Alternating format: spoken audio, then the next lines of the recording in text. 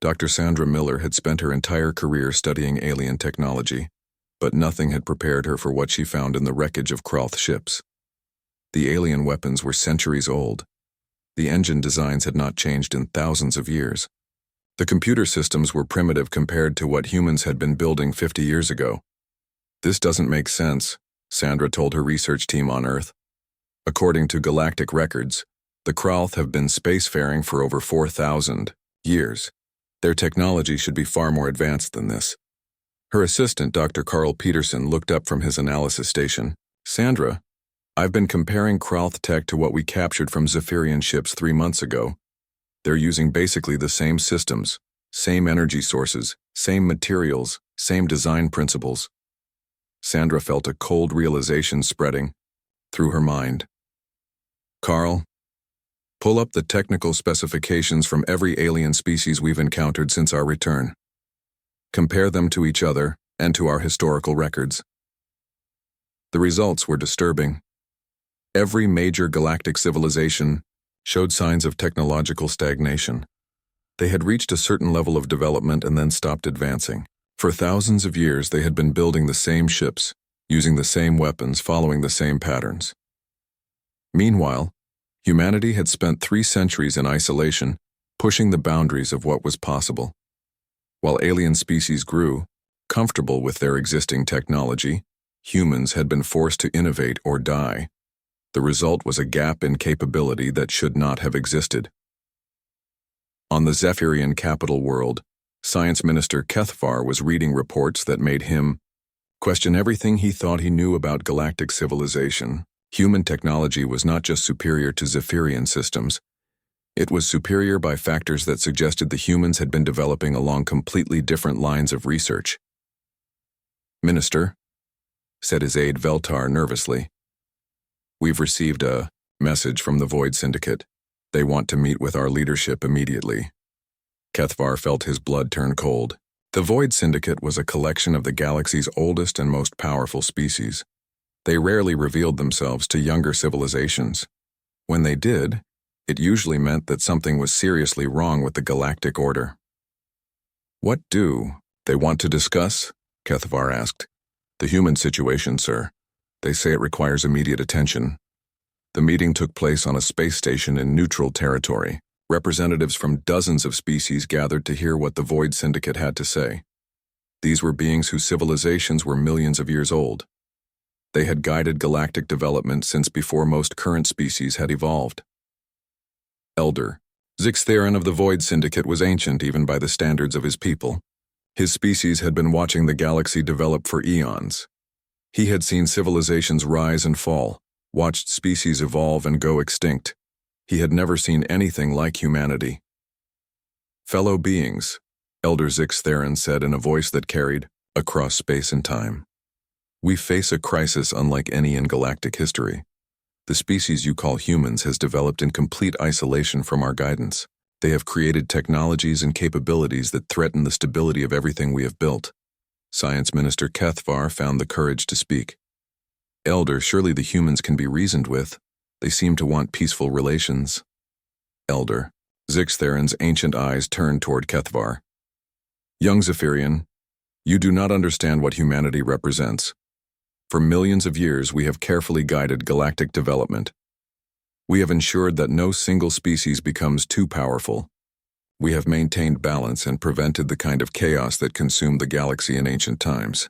Another elder, Vexmiran of the Stellar Collective, spoke up.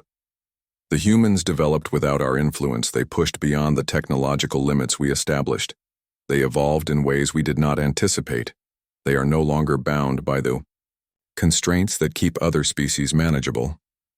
Kethvar was beginning to understand. The Void Syndicate had not just been observers of galactic development. They had been controllers. The technological stagnation he had noticed was not natural. It was enforced. The Syndicate had been keeping civilizations at certain levels of development to maintain their own power. "What are you suggesting?" Kethvar asked carefully. Elder Zixtherin's expression was grim. "The human contamination must be contained before it spreads. Other species are already beginning to study human technology. If they learn to innovate the way humans do, The careful balance we have maintained will collapse. Chaos will return to the galaxy. On Earth, President Victoria Wells was reviewing intelligence reports that painted a disturbing picture of galactic civilization. The Void Syndicate was real. They had been manipulating technological development for millions of years. Worse, they saw humanity as a threat that needed to be eliminated. "Madam President," said General Curtis Wagner, "our deep space monitoring stations are detecting massive fleet movements throughout Syndicate space. They're assembling the largest military force in recorded galactic history." Victoria nodded grimly. She had hoped that humanity's return to the galaxy could be peaceful. The evidence suggested otherwise. "How long before they're ready to move? Against us?" "Our analysts estimate 6 months for full mobilization. But, Madam President, our intelligence suggests they're not just targeting Earth. They're planning to attack every world that has been exposed to human technology. They want to wipe out any trace of our influence." Victoria stood and walked to her window. Above, she could see the orbital shipyards where humanity's secret fleet was nearing completion.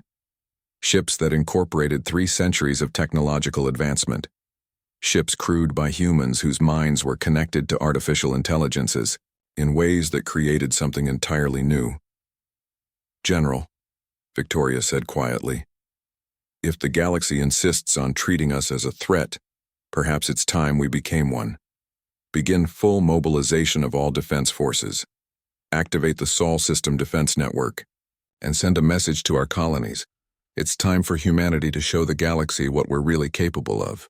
Fleet Admiral Curtis Wagner received his orders while aboard the command ship Indomitable Spirit. The massive vessel was the flagship of humanity's secret fleet. It carried enough firepower to destroy entire worlds and defenses that could withstand attacks from whole armadas. More importantly, it carried a crew whose minds were connected through neural mesh technology in ways that made them function as a single, incredibly intelligent organism. "Admiral," called his tactical officer, Commander Greg Thompson, "we're receiving reports from our monitoring stations throughout human space. Syndicate fleets are moving toward all major human settlements simultaneously. They're planning a coordinated strike designed to eliminate our entire civilization." Curtis smiled coldly. The Void Syndicate had made a critical error. They were planning to fight humanity using the same tactics and strategies they had used for millions of years. They expected humans to respond like every other species in the galaxy. They were about to learn that humanity had evolved beyond their understanding. "Commander," Curtis said calmly, "signal all ships in the fleet. Begin Phase 1 of Operation Awakening. It's time to remind the galaxy why young species sometimes survive when old ones don't." Dr. Sandra Miller was working late in her laboratory when the priority alert came through. The analysis of captured Syndicate technology had revealed something incredible. The aliens were not just technologically stagnant, they were biologically stagnant as well. Their species had not evolved in millions of years. They had become so comfortable with their power that they had stopped growing and changing. Humanity, forced to adapt or die during the Great Collapse, had continued evolving. The neural mesh technology was just the beginning. Humans were becoming something new, something the ancient species of the Void Syndicate could not predict or control. "Carl," Sandra called to her assistant, "send this data to Earth Command immediately. The Syndicate species have a fatal weakness. They can't adapt to new situations because they haven't had to for millions of years. They're going to fight us using ancient tactics against technology they don't understand." On the bridge of his command ship, Elder Zix Theron was reviewing the final preparations for humanity's destruction. 5,000 ships from dozens of Syndicate species were moving toward the Sol system. It was the largest military force ever assembled. Nothing in the galaxy could stand against it. "Elder," reported his tactical coordinator, "all fleets are in position. The humans appear to have only a handful of ships defending their home system. Victory is assured." Elder Zix Theron nodded with satisfaction. The human problem would be solved within days. The galaxy would return to the careful order that had maintained peace for millions of years. The dangerous innovation and unpredictability that humanity represented would be eliminated forever. He had no way of knowing that humanity had been preparing for this moment since their first contact with galactic civilization. The Sol system was not just defended by a handful of ships. It had been converted into the most sophisticated defensive network ever created. Every asteroid, every moon, every piece of space debris had been turned into a weapon or sensor platform. Elder Zix Theron stood on the bridge of his flagship as the largest military force in galactic history emerged from hyperspace at the edge of the Sol system.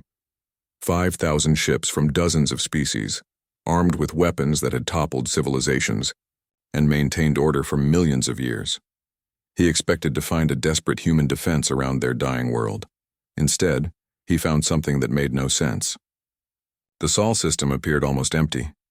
A few dozen human ships hung in space near Earth, vastly outnumbered by the Syndicate fleet. The humans seemed to be waiting for something, making no attempt to flee or call for reinforcements. Elder called his tactical officer. "The human ships are broadcasting on all frequencies. They're asking us to leave their system peacefully." Elder Zix Theron felt something he had not experienced in thousands of years.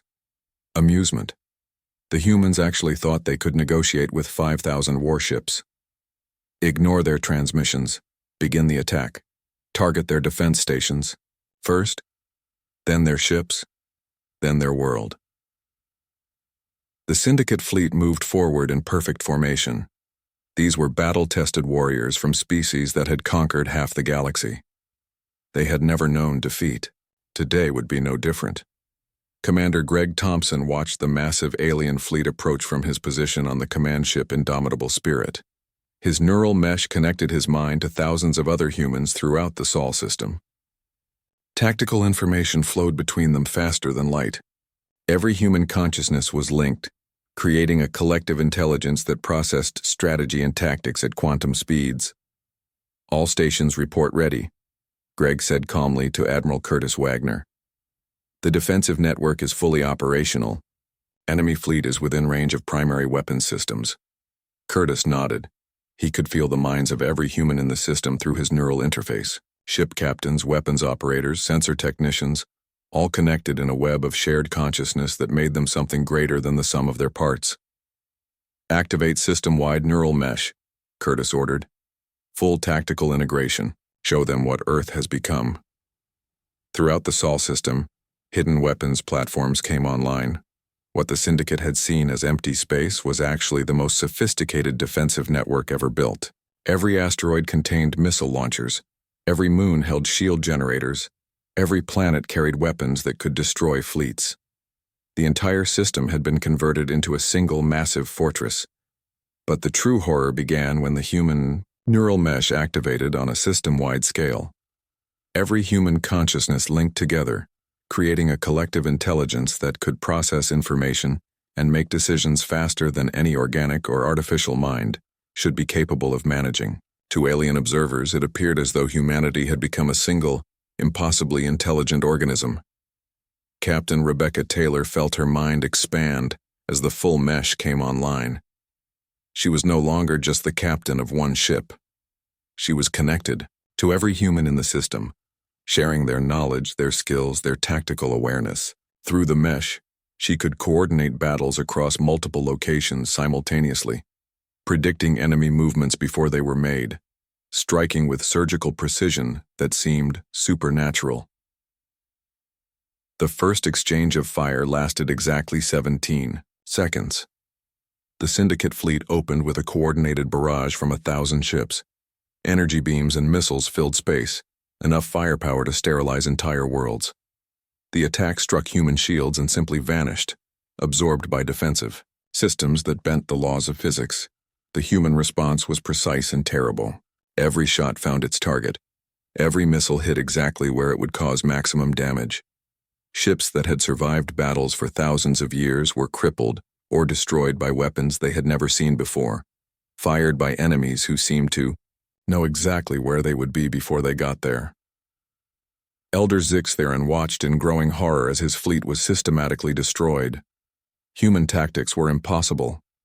They coordinated attacks across light years of space with perfect timing. They anticipated every move his commanders made.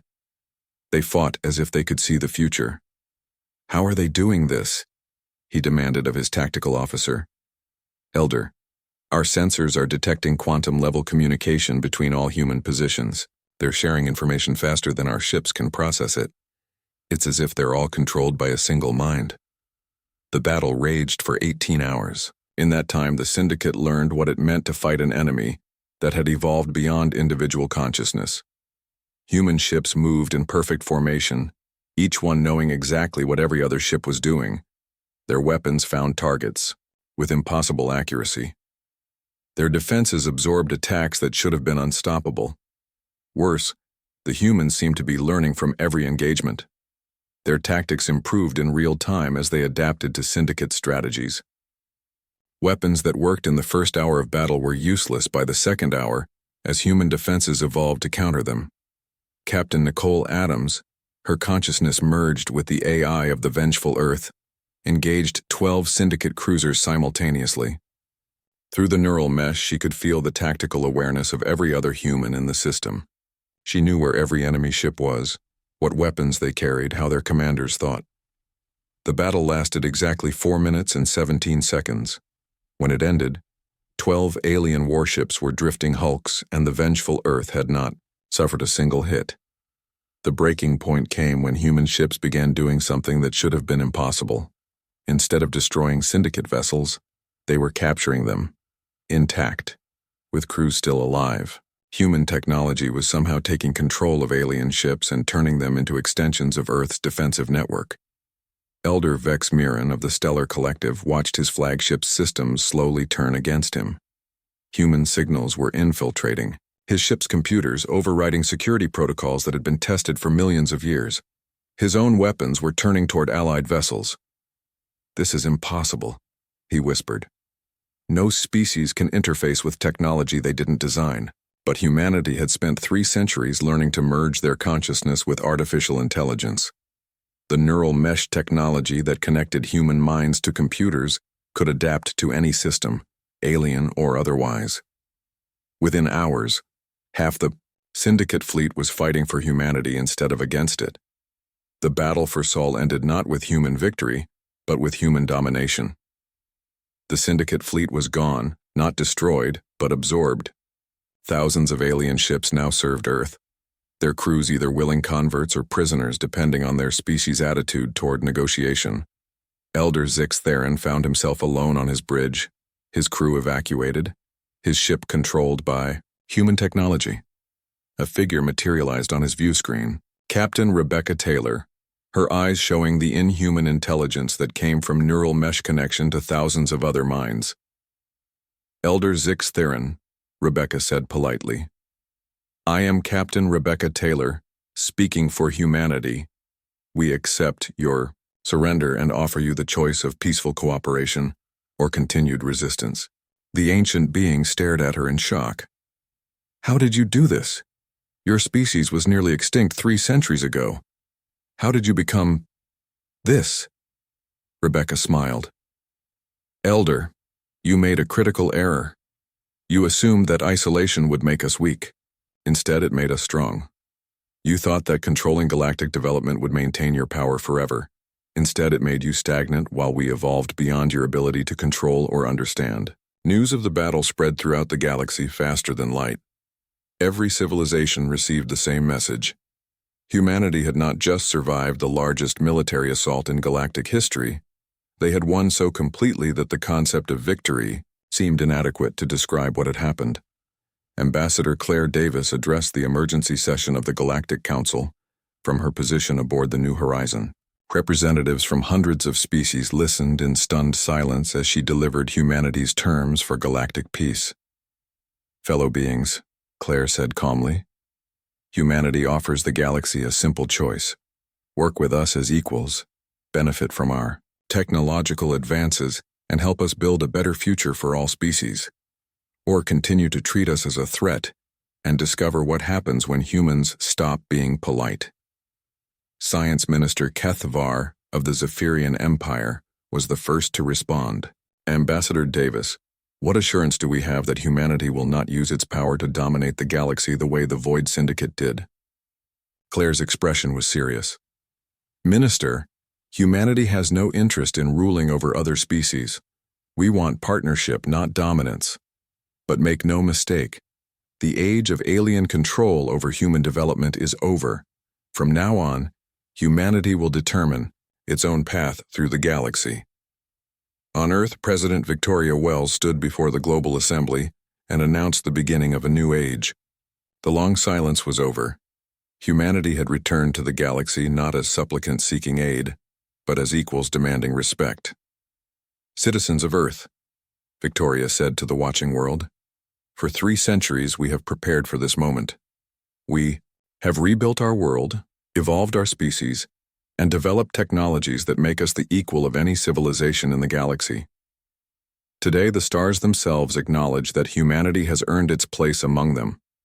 Ambassador Claire Davis adjusted her uniform one last time before walking onto the bridge of the New Horizon. She had spent 3 years preparing for this moment. The first human diplomatic mission in 3 centuries was about to arrive at Nexus Prime, the biggest trade station in Zephyrian space. Claire knew that everything she said and did in the next few days would shape humanity's future in the galaxy. "Ambassador," called Captain Ryan Murphy from his position at the helm, "we're receiving docking instructions from Nexus Prime Control. They want us to use berth 94 in the restricted section." Claire smiled. The restricted section was where they put dangerous or unknown ships. The Zephyrians were being careful. That was smart of them. If they only knew how careful they should really be.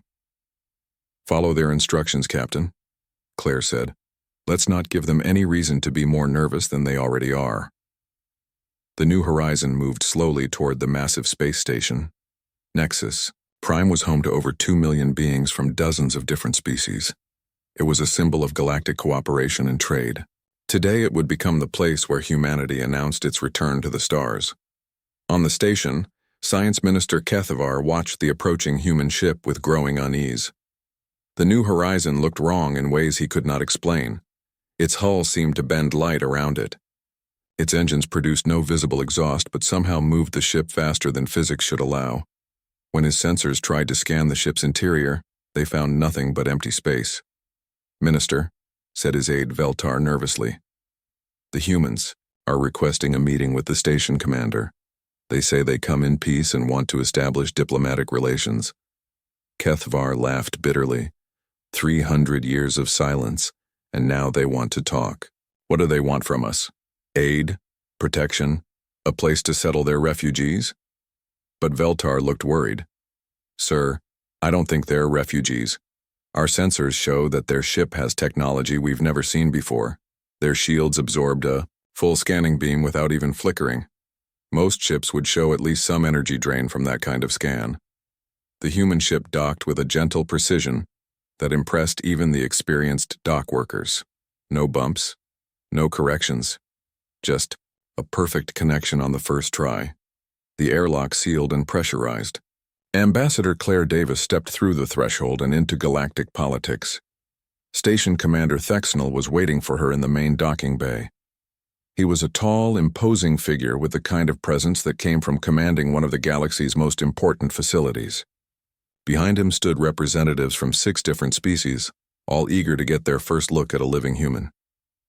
"Ambassador Davis," Commander Thexnell said formally, "welcome to Nexus Prime.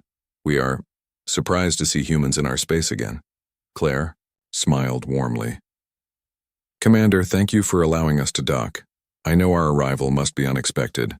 Humanity has been away from galactic affairs for some time, but we're ready to rejoin the community of civilized worlds." Science Minister Kethvar stepped forward. He had studied the old records about humans and wanted to see if they matched the reality. "Ambassador, our records indicate that human civilization collapsed 3 centuries ago. We received no communications from your system for all that time. How did your species survive?" Claire's smile never wavered. "Minister Kethvar, isn't it? I've read about your work in quantum physics, very impressive. To answer your question, humanity didn't just survive. We evolved. The collapse you mention was necessary. Sometimes a species needs to step back from the galaxy to discover what it's truly capable of." Engineer Paul Rodriguez was already at work in the station's main engineering section. The Zephyrian chief engineer had been complaining about power efficiency problems for months. Paul had offered to take a look. Within an hour, he had identified and solved 3 major issues that had been plaguing the station's systems for years. "How did you do that?" asked the chief engineer, a 4-armed creature named Gexlar. "Our best teams have been working on those problems for months." Paul tapped the side of his head where a small metal disc was barely visible. "Neural mesh interface. I can connect directly with your computer systems and see the problems from the inside. Your power distribution network had some inefficient pathways. Easy to fix once you can see the whole picture." Gexlar stared at Paul in amazement. Direct interface with computer systems was theoretical technology that most species had tried to develop for centuries. The humans had not only figured it out, they made it look effortless. Back in the diplomatic section, the meeting was not going as anyone had expected. The galactic representatives had prepared to welcome a desperate species back into civilization. Instead, they were facing humans who spoke as equals and demonstrated technology that made their own seem primitive. "Ambassador," said Fleet Commander Thexnall carefully, "your ship has some interesting capabilities. Our sensors had difficulty getting clear readings on your systems." Claire nodded. "The New Horizon incorporates some advances we've made during our time away from galactic affairs. We'd be happy to share some of our developments with the galactic community. In fact, we've prepared some gifts as a gesture of goodwill." She signaled to Captain Murphy, who brought forward a small metal box. Inside were data crystals containing plans for improved fusion reactors, more efficient shield generators, and faster communication systems. Technology that would advance galactic civilization by centuries. Science Minister Kethvar picked up one of the crystals and examined it. The data storage capacity alone was beyond anything the Zephyrian Empire could produce. "This is generous of you, Ambassador, but what do you want in return?" "Recognition," Claire said simply. "Humanity wants to be treated as an equal member of the galactic community. We want trade agreements, cultural exchange, and mutual defense pacts. We want the same rights and responsibilities as any other spacefaring civilization." Commander Thexnall exchanged glances with the other representatives. This was not what they had expected at all. "Ambassador, with respect, your species has been absent from galactic affairs for 3 centuries. There are established procedures for rejoining the community. Probationary periods, technology assessments, cultural evaluations." Claire's smile became colder. "Commander, I think there may be some misunderstanding. Humanity is not requesting permission to rejoin anything. We are informing you that we have returned. The question is whether the galaxy wants to work with us as partners or if you prefer a more competitive relationship." The temperature in the room seemed to drop. The galactic representatives suddenly realized that they were not dealing with desperate refugees seeking help. They were facing a species that had spent 300 years in isolation, doing something that had made them confident enough to make demands of the galaxy's most powerful empires. On Earth, President Victoria Wells was receiving reports from monitoring stations throughout human space. The galaxy was reacting to humanity's return exactly as the analysts had predicted. Fear, confusion, and attempts to assert control over a situation they did not understand. "Madam President," said her military advisor, General Curtis Wagner, "should we proceed to Phase 2 of the contact protocol?"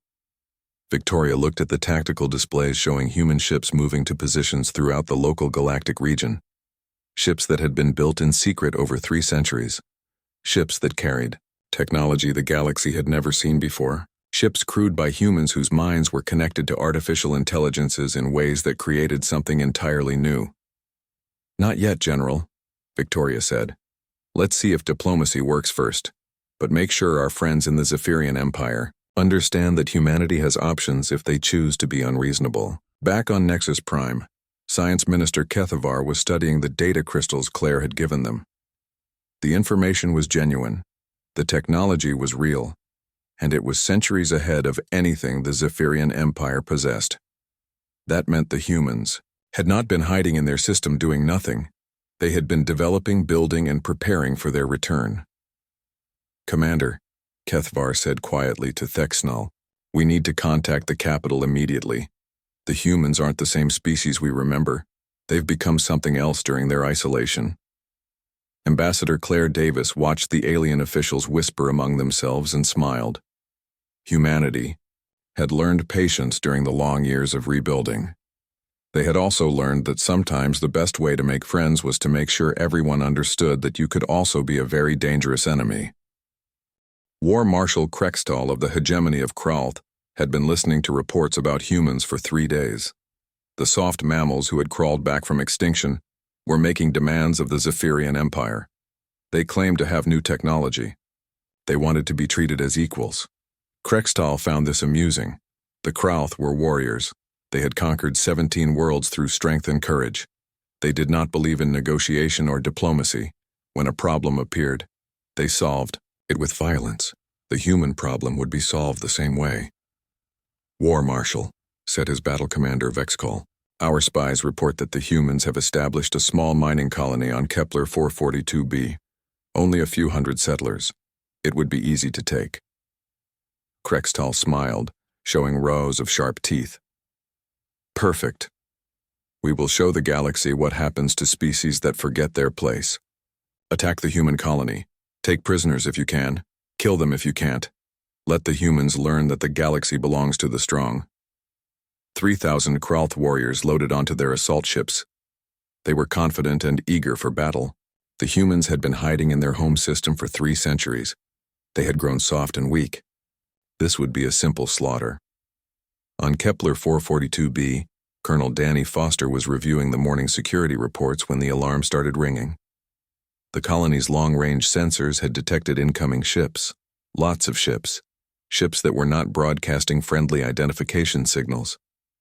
Colonel, called Sergeant Amy Sullivan from the communications station. We've got 47 Kralth assault ships incoming. Estimated arrival in 6 hours. They're not responding to our attempts to communicate. Danny nodded calmly. He had been expecting something like this. The colonies were always targets when humanity revealed itself to the galaxy. Some species would want to test human resolve. The Kralth were exactly the type to make that test. Send a message to Earth Command, Danny ordered. Tell them we have incoming hostiles. Request permission to engage. Then sound general quarters. All civilian personnel to the shelters. Combat personnel to positions. The human colony on Kepler 442b had been designed with attacks in mind. The buildings were built into the rock of mountain cliffs. The landing areas were covered by overlapping fields of fire. Underground tunnels connected all the major positions. It looked like a simple mining operation. It was actually a fortress. 200 human Marines took their positions. Each Marine wore powered armor that enhanced their strength and speed by 10 times. Each helmet contained a neural mesh interface that connected the wearer to tactical computers and to other Marines. When the Kralth arrived, they would not be fighting individual humans. They would be fighting a single organism with 200 bodies. The Kralth fleet arrived exactly when the sensors predicted. 47 ships full of alien warriors who had never lost a battle against a colony defense. They expected the humans to surrender immediately or die quickly. They got neither. War Commander Vexcol led the assault personally. He had fought in 12 colonial conquests. He knew how these battles went. The defenders would fire a few shots, realize they were outnumbered, and give up. Then the real fun would begin. The first wave of Kralth dropships headed for the main landing area. Colonel Danny Foster watched them approach on his tactical display. The neural mesh connected his mind to every defensive system in the colony. He could see through every sensor, control every weapon, coordinate every defender simultaneously. Wait for it, Danny said quietly. The other Marines heard him through their neural links. They all waited with perfect patience. The Kralth ships came closer. Closer. Now, the hidden defensive systems activated all at once. Laser cannons that had been invisible under camouflage netting opened fire. Missile launchers built into fake rock formations sent clouds of guided projectiles toward the assault ships. Point defense systems created walls of destruction that no ship could survive. 23 Kralth ships were destroyed before they could land a single warrior. The remaining ships scattered, looking for safer landing zones. They found none. The humans had prepared for this battle for months. Every possible approach was covered by weapon systems. Vexcol's ship was one of the few that made it to the ground. He led 500 warriors in a direct assault on the human command center. He expected to face frightened colonists with basic weapons. Instead, he encountered something that would give him nightmares for the rest of his short life. The human Marines moved like nothing Vexcol had ever seen. Their powered armor made them faster and stronger than any Kralth warrior. Their weapons fired projectiles that could punch through battle armor like paper. Worst of all, they fought with perfect coordination. Every human seemed to know exactly where every other human was and what they were doing. Sergeant Amy Sullivan held the eastern approach with just 20 Marines against 200 Kralth warriors. Her neural mesh processed tactical information faster than any organic brain should be able to work. She could see enemy movements, predict their actions, and coordinate her squad's response in milliseconds. Contact left, 200 meters, she reported through the mesh. Every Marine in her squad instantly knew the exact location and threat level. Engaging. The battle became a slaughter, but not the kind the Kralth had expected. Human weapons found their targets with impossible accuracy. Human tactics anticipated every Kralth move. The alien warriors were brave and fierce, but they were fighting an enemy that had evolved beyond individual combat into something collective and deadly. In 4 hours of fighting, 3,000 Kralth warriors were reduced to less than 50 survivors. The humans had not lost a single Marine. The powered armor had protected them from enemy weapons. The neural mesh had coordinated their actions perfectly. The combination was unstoppable. War Commander Vexcol found himself alone in a corridor deep inside the human complex. His warriors were dead or scattered. His weapons were empty. He could hear human voices approaching through the tunnels. Voices that spoke in calm, professional tones about cleaning up the remaining hostiles. Danny Foster found Vexcol trying to hide in a storage room. The alien warrior was wounded and exhausted. His fearsome appearance was reduced to something pitiful and desperate. Danny could have killed him easily, but that was not the message humanity wanted to send. War Commander, Danny said politely. I am Colonel Danny Foster, commanding officer of this facility. I am prepared to accept your surrender and provide medical treatment for your wounded. Vexcol stared at the human in confusion. In Kralth culture, defeated enemies were killed or enslaved. Mercy was a sign of weakness, but the human had just proven that his species was anything but weak. You defeated us completely, Vexcol said slowly. How is this possible? You are just miners and colonists. Danny smiled behind his helmet visor. War Commander, we are humans. That's all the explanation you need. The Battle of Kepler 442b was broadcast throughout the galaxy. Every major civilization watched the recordings of human Marines fighting, with inhuman precision. Military experts analyzed the tactics and technology. Political leaders asked their advisors what it meant for galactic stability. On the Zephyrian capital world, Science Minister Kethvar was having an emergency meeting with the Empire's military commanders. The humans had just demonstrated combat, capabilities that exceeded anything in the galaxy. More importantly, they had done it with a force of only 200 defenders against 3,000 attackers. Minister, said Fleet Admiral Texnor. If 200 humans can destroy 3,000 Kralth warriors, what could 2,000 humans do? Or 20,000? Kethvar did not answer. He was studying the battle recordings for the 100th time. The human Marines had moved with coordination that should have been impossible for organic beings. They had processed information and made decisions faster than any known species could manage. They had fought as if they shared a single mind. In Earth, Admiral Kevin Blake received authorization to deploy humanity's most advanced ships. The Prometheus-class vessels had been built in secret over 3 centuries of isolation. Each ship was essentially a massive artificial intelligence with a human crew serving as its nervous system. They were the most powerful warships ever constructed. The first Prometheus ship, called Vengeful Earth, began its journey toward Kepler 442b. Captain Nicole Adams sat in the command chair, her mind already linking with the ship's AI through her neural mesh interface. She could feel the ship's systems responding to her thoughts. Weapons, shields, engines, sensors, all connected to her consciousness and ready for her command. "Captain," said her communications officer, Lieutenant Ben Wright, "we're receiving reports that Krauth reinforcements are heading for the colony. 12 cruisers with full battle crews." Nicole smiled. The Krauth were about to learn what happened when someone attacked human civilians. The lesson would be brief and educational. Plot an intercept course, maximum acceleration. It's time to show the galaxy what human ships can really do. The vengeful Earth moved through space like a predator hunting prey. Its AI calculated firing solutions while Nicole coordinated the attack through her neural interface. The Krauth reinforcements were expecting to find their warriors celebrating victory over weak human colonists. Captain Jake Morrison stared at the screen with tired eyes. 3 years of watching empty space from the monitoring station called Kepler's Watch had made him good at spotting things that did not belong. The energy readings coming from the Sol system were definitely things that did not belong. He rubbed his eyes and looked again. The numbers stayed the same. They were impossible numbers. Jake turned to his partner, Betty Collins, who was eating her breakfast at the next console. "Betty, you need to see this," he said quietly. Betty walked over with her coffee cup still in her hand.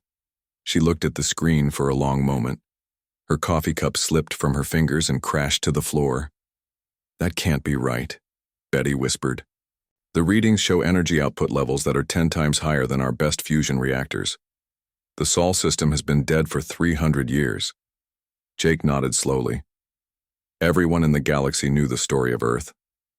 The humans had been a young species full of promise. They had started to explore space and make contact with other worlds. Then something terrible happened in their home system. Wars, disasters, and the collapse of their civilization. The last message from Earth had been a desperate cry for help. No one had answered. No one had wanted to get involved in human problems. After that, silence. 3 centuries of complete silence from the Sol system. "Maybe it's a mistake in our sensors," Betty said hopefully, but her voice did not sound convinced. Jake ran the diagnostic check 3 times. The sensors were working perfectly. The energy readings were real. Far across the galaxy, Admiral Lisa Harper stood on the bridge of a ship that should not exist. The Liberty's edge was longer than any vessel the galaxy had ever seen. Its hull was made from materials that absorbed light instead of reflecting it. The ship moved through space like a shadow, invisible to most sensors. Lisa watched the stars ahead and smiled. It had been a long time since humans had traveled beyond their home system. Today that would change. "Admiral," said her second-in-command, Colonel Danny Foster. "All systems show green. The crew is ready. Earth Command is waiting for your signal." Lisa nodded. "Send the message to Earth. Tell them the first ship is leaving Sol. Tell them humanity is no longer hiding." She paused and looked at the vast emptiness of space ahead. "Tell them it's time for the galaxy to remember what humans can do." The message traveled instantly through quantum communication networks that Earth had built in secret. On Earth, President Victoria Wells received the message in her office deep underground. She had been waiting for this moment for 20 years. Her entire life had been spent preparing for humanity's return to the galactic stage. Victoria walked to her window and looked up at the surface far above. The Earth that existed now was nothing like the dying world the galaxy remembered. The wars had ended. The environment had been restored. The population had stabilized. Most importantly, humanity had learned to work together in ways that other species could not understand. The secret was something called neural mesh technology. Every human could now connect their mind to advanced computers and to each other. When humans worked together using the mesh, they became something greater than the sum of their parts. They could think faster, solve problems quicker, and coordinate actions with perfect precision. On the other side of the galaxy, Science Minister Kethvar of the Zephyrian Empire was having a very bad day. His assistant had just brought him a report about energy readings from the Sol system. Kethvar was a tall creature with blue skin and 4 arms. His species had been studying space for thousands of years. He did not believe in impossible energy readings. "This report is clearly wrong," he told his assistant. Human civilization collapsed 300 years ago. They probably killed themselves in their wars like so many young species do. Run the sensors again. His assistant, a nervous young Zephyrian named Veltar, shifted uncomfortably. Sir, we have run the sensors 5 times. We also checked with monitoring stations from 3 other systems. They all show the same readings. Something is happening in the Sol system. Kethavar felt a cold feeling in his stomach. The Zephyrian Empire controlled 12 star systems and was the most powerful force in this part of the galaxy. They had maintained peace and order for thousands of years by making sure no single species became too strong. A species that developed powerful technology in isolation could upset the careful balance they had created. What do our historical records say about humans? Kethavar asked. Veltar pulled up the files on his tablet. They were a young species that showed promise in space travel and weapons technology. They were aggressive and did not follow the usual patterns of galactic development. They created new technologies very quickly instead of building slowly like how species do. Their last transmission was a request for help during what they called the Great Collapse. Kethavar read the report carefully. The humans had been different from other species in troubling ways. Most civilizations developed technology gradually over thousands of years. They learned from older species and followed established patterns. Humans had been trying to invent completely new things. That kind of unpredictable development was dangerous. Sir, Veltar said quietly, there is something else. Our deep space scanners have detected a large object leaving the Sol system. It's moving at speeds we have never seen before. Back at Kepler's watch, Jake Morrison was no longer alone. Ships from 6 different species had arrived to investigate the strange readings. Representatives from the Galactic Council were demanding answers. Everyone wanted to know what was happening in the dead system that used to be home to humanity. Jake watched his screens as more impossible readings appeared. Energy signatures that suggested fusion reactors the size of moons. Gravity. Distortions that meant someone was moving massive objects through space. Quantum communication bursts that carried more information than should be possible to transmit. Captain Morrison called Admiral Hexnall of the Galactic Defense Force. We need your complete sensor logs from the past month. The Council believes we may be facing a new threat. Jake looked at the alien admiral with his multiple eyes and scaled skin. Threat, sir? The readings are coming from the Sol system. That's where humans used to live. Admiral Hexnall made a sound that Jake had learned meant amusement in his species. Captain, humans have been extinct for 3 centuries. These readings indicate technology far beyond anything humans ever possessed. Something else has moved into their dead system. But Jake was not so sure. He had studied the old records about humanity. They had been different from other species. They had developed new technologies at incredible speed. They had been unpredictable and creative in ways that made other species nervous. Maybe, just maybe, they had not died out after all. Maybe they had been hiding and building and preparing for something. As Jake watched his sensors, he saw something that made his blood run cold. The massive object that had left Sul was heading directly toward the nearest inhabited system. Whatever humanity had become during their long silence, the galaxy was about to find out.